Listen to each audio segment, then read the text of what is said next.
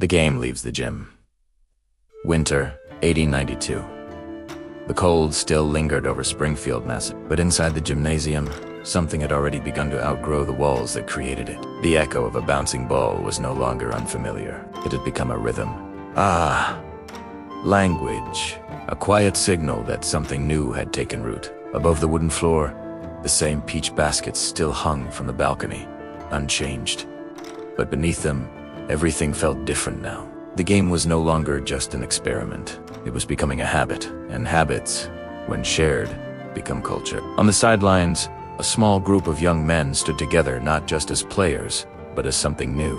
A team, not yet defined by uniforms or names, not yet separated by identity, but connected by movement, purpose, and something deep. The first teams take shape. At first, teams were not formed through design. They formed naturally. Groups of students who've practiced together, men who passed to each other, learned each other's rhythm, understood each other's movement without words. There were no coaches pacing the sidelines, no playbooks, no structured systems, only instinct, guided by the rules written by James Naismith. But even in that simplicity, something important emerged. Trust. Because in a game where you could not run with the ball, you had to rely on someone else. You had to pass, and passing required belief. In those early days, teams were not built on strategy. They were built on connection. The first rivalries, as the game spread beyond the original gym, it carried something with it that no rule had written: competition. Other YMCA centers began adopting the game. Students who had learned it in Springfield traveled to new cities, bringing the rules with them like quiet messengers of something exciting. Soon, games were no longer just practice. They became contests. Two groups facing each other, two sides trying to solve the same problem in different ways. And with that, the first rivalries were born, not fueled by fame or recognition, but by something simpler: the desire to win, the symbol of the team. In those early games, there were no jerseys, no logos, no crowds chanting names. But there was something just as powerful: identity. A team became more than individuals. It became a shared effort, a collective movement. Each pass carried intention. Each shot carried responsibility. Each mistake was felt by everyone, and each success belonged to all. The absence of individual glory created something rare, a game where no one could succeed alone, the birth of organized play.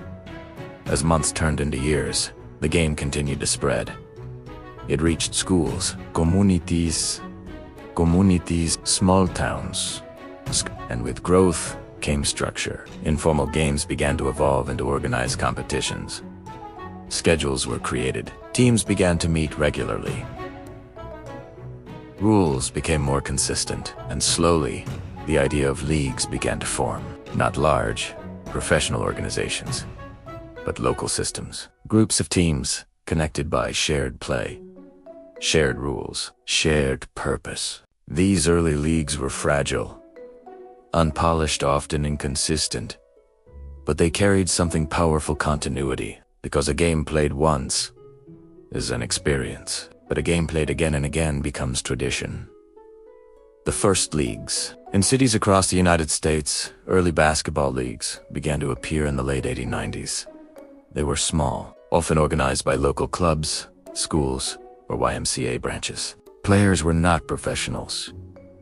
They were workers, students, men who played not for fame, but for the love of the game. Some leagues formed in industrial towns, where factory workers gathered after long days of labor. Others formed in schools, where young athletes found identity through competition. The environments were different, but the game remained the same: a ball, a target,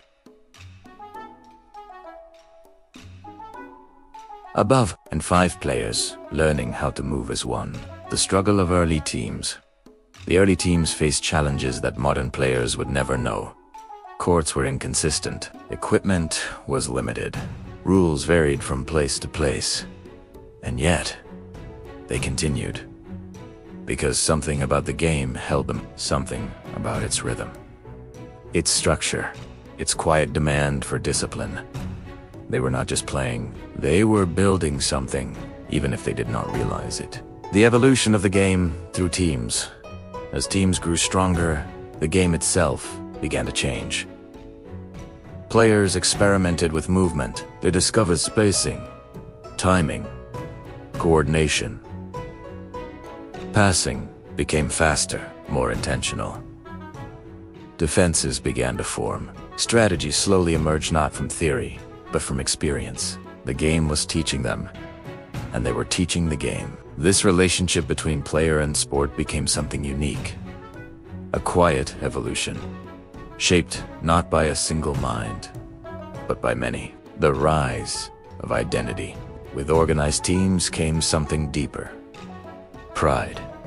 Teams began to represent more than themselves. A school, a town, a community.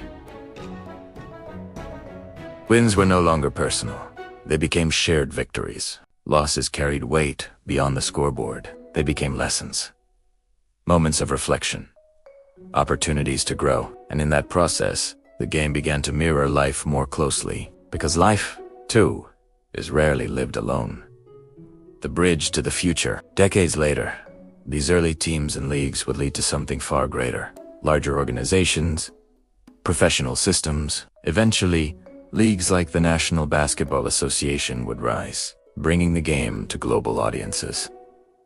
But the foundation remained unchanged. The early teams had already defined what the game was meant to be. Not just competition, but cooperation. Not just skill, but understanding. Not just winning, but belonging. The quiet truth of teams. There is something deeply human about the idea of a team. It requires surrender of ego, of control, of the need to do everything alone. In basketball, as in life, progress often comes through connection, through trust, through shared effort. The early players may not have spoken about philosophy. They may not have reflected on deeper meaning, but they lived it.